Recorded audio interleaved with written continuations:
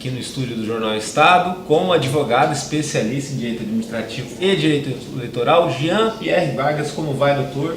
Muito prazer, é uma satisfação estar aqui com vocês. Muito obrigado pela presença. E até já começo com uma consideração ao senhor daquilo que o ministro Gilmar Mendes, presidente do PSA nessas eleições, falou sobre as candidaturas só para cumprir regulamento. Parece que 15 mil mulheres nem obtiveram um voto nessas eleições, apenas cumpriram a cota com a participação feminina, o que mostra que nem tudo tem mudado, né? Pois bem, eu acho que o momento é muito oportuno, para nós tratarmos disso, em virtude da mudança que nós tivemos na legislação eleitoral no ano passado. A gente tem acompanhado todas as mudanças que vêm sendo feitas na legislação, elas naturalmente são fruto, como você falou, do clamor popular.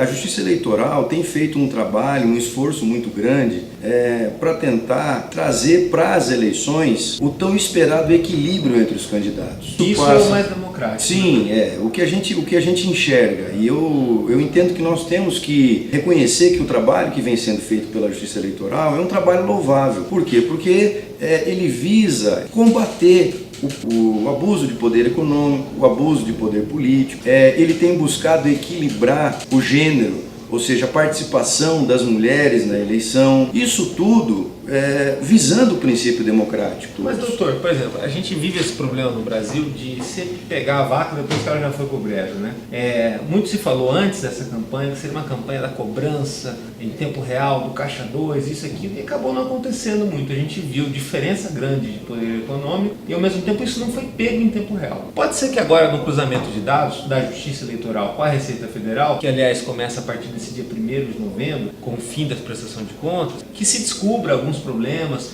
Suspeita-se até que 40% de todas as doações eleitorais no Brasil são de pessoas que não estão aqui mais, Preocupações graves, mas ao mesmo tempo, no tempo real, a gente viu muito ficar devendo, Porque se existiu mesmo o Caixa 2, se existiu a compra de votos, dizer que não existiu, dar essa margem zero, olha, a gente não registrou nenhum, fomos excelentes. E quer dizer que a política mudou da noite para o dia e está tudo perfeito?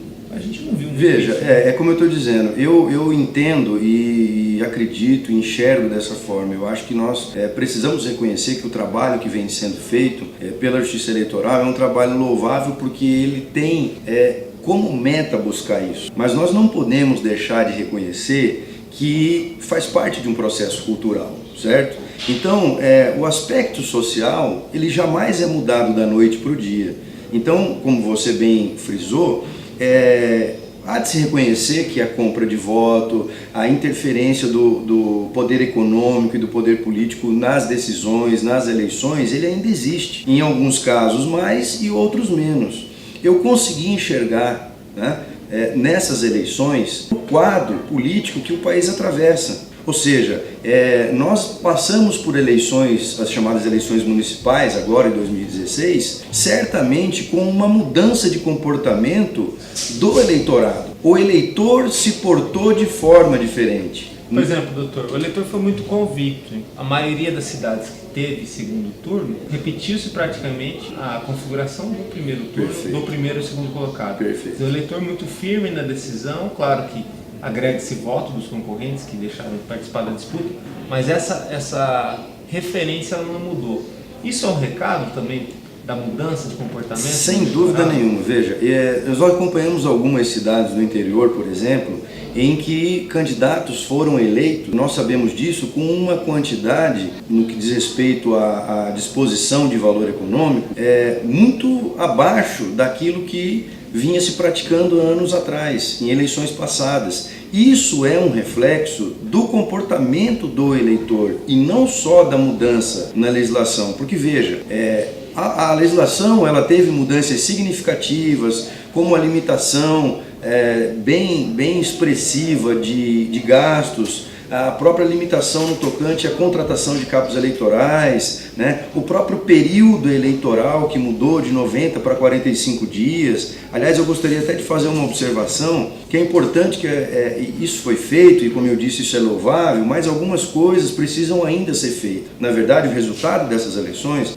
esse resultado ele é um ponto de partida para uma nova reflexão a ser feita. Por exemplo, deve haver segundo turno? O senhor acha que é? Olha, eu acho que é importante, porque o princípio da existência do segundo turno é justamente prezar do princípio democrático. Por quê? Porque é no segundo turno que você consegue determinar realmente que um candidato A ou B, ele realmente foi escolhido pela maioria. Ou ele foi... tem igualdade de porque coisa que numa cidade grande não se tem no primeiro turno. A legislação determina que só acima de 200 mil eleitores é que você tem a obrigatoriedade de fazer o segundo turno. Tanto é que no nosso estado, somente Campo Grande, em virtude do nosso eleitorado, só Campo Grande tem então que observar essa determinação da legislação. Então o segundo turno ele olha para essa questão, essa é a finalidade dele, de dizer o seguinte: olha, a maioria do eleitorado escolheu o candidato, e é evidente que quando se trata de 2 candidatos no segundo turno, isso tende a acontecer. Quando no primeiro turno você tem 1 ou 2, nós chegamos a ter aqui 15 candidaturas lançadas em Campo Grande.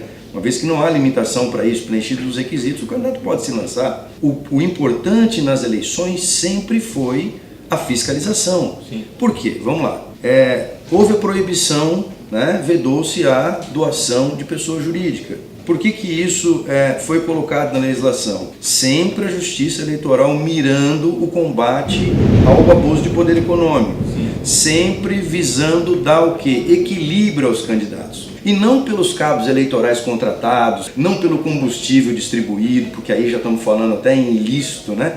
Então a Justiça Eleitoral tem como meta dar igualdade de condições. Isso deve ser visto como atos louváveis. Então agora, precisa progredir. Tem críticos que dizem hoje o seguinte: olha, você proibiu a doação de pessoas jurídicas, mas aquele recurso financeiro que antes vinha do ilícito para as campanhas eleitorais, e é evidente que a gente sabe que infelizmente isso existe, ele continua vindo. Por meio da pessoa física. Por meio da pessoa física não, ele vem pelo Caixa 2.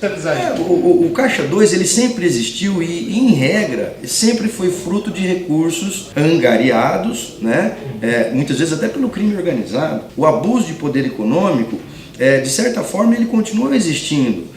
Fica muito claro.